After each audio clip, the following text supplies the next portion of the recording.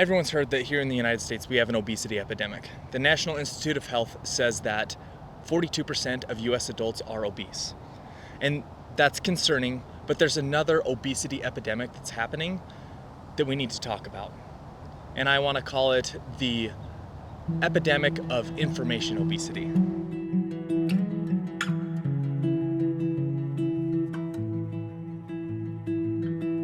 A market research company by the name of Talker Research recently did a survey, and it found that coincidentally the same percentage of US adults, 42%, that same percentage believes that they consume too much media.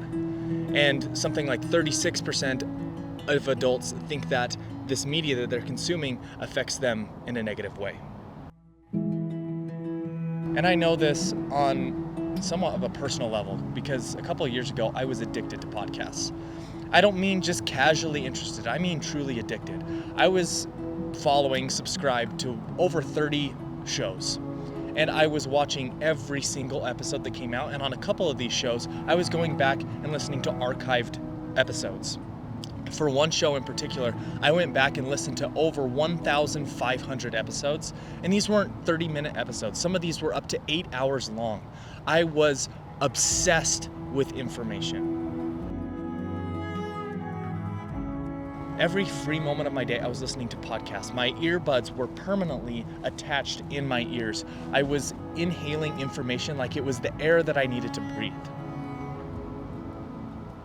During this time of overconsumption, I had become morbidly obese, not physically, but informationally.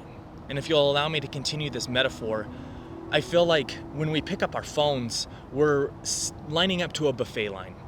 And similarly to how not all food is nutritious, not all information is true or relevant. And I'm not saying that we can't have ice cream and desserts sometimes, but we need balance in our diet the same way that we need balance in our informational consumption.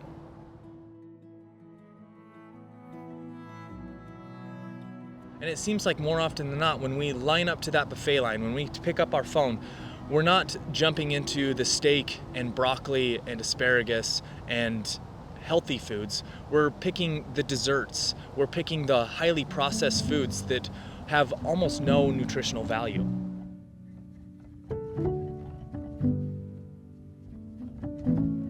These social media feeds and curated news feeds are the food equivalent of fatty, sugary garbage or highly processed food that have been kind of stripped of any nutritional value that they once had.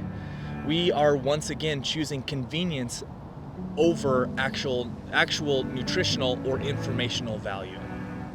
And while you might be thinking, oh, I listen to long form podcasts or I read or listen to books that have much more informational nutrition compared to my social media feed or these short form videos, I agree, but they have their own issues. Just like broccoli might have a lot of nutritional value, we should not try to survive on broccoli alone. We need balance. I'm going to leave the food metaphor for a little bit and just talk about my addiction to information. When I was addicted to podcasts, what I wanted to do, I wanted to know everything. I wanted to be the expert on everything. I wanted to be the smartest person in the room, and I wanted to be able to out-debate or outsmart anyone. And now I never want to present myself as some expert on these videos, but as a reformed information addict, I have a few things that I do, and hopefully what I do can be helpful. And so what I do when I'm looking at new media, as I've mentioned multiple times already with the nutrition metaphor, I'm looking for balance. The people that I'm subscribed to, I make sure that there's someone I can trust, not to always be perfect, but to be as free from bias as possible, and to present the information on both sides to the best of their ability. And when they do make mistakes, they are more than willing to come back and correct themselves. To me, those are three things that set thought leaders apart from others, is their ability to be relatively free from bias, their ability to present both sides of an argument, and their willingness to correct themselves. For books, as I've mentioned, they're kind of nutritionally dense, but only in one thing. So what I'm looking for is a balance of variety in terms of genre and viewpoint. For example, I just finished that book, The Myth of Sisyphus by Albert Camus, and that is a very philosophically atheist book. And so to balance that out, I am now listening to another book by a Jesuit priest by the name of Father Gregory Boyle. And so whenever I get into these long-form forms of media, whether that's books or long-form podcasts or any expert material, I will then try and see if I can find the opposing view or the opposing opinion on certain topics. Because I no longer care to be the expert. What I care to be is informed, curious, and empathetic.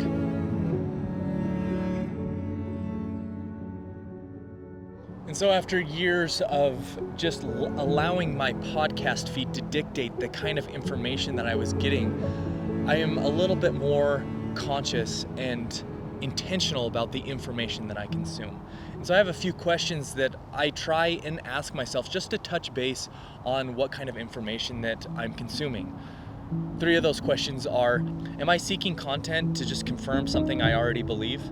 Did this content leave me feeling expansive or contracted? And did what I just listened to bring me value, enjoyment, or joy?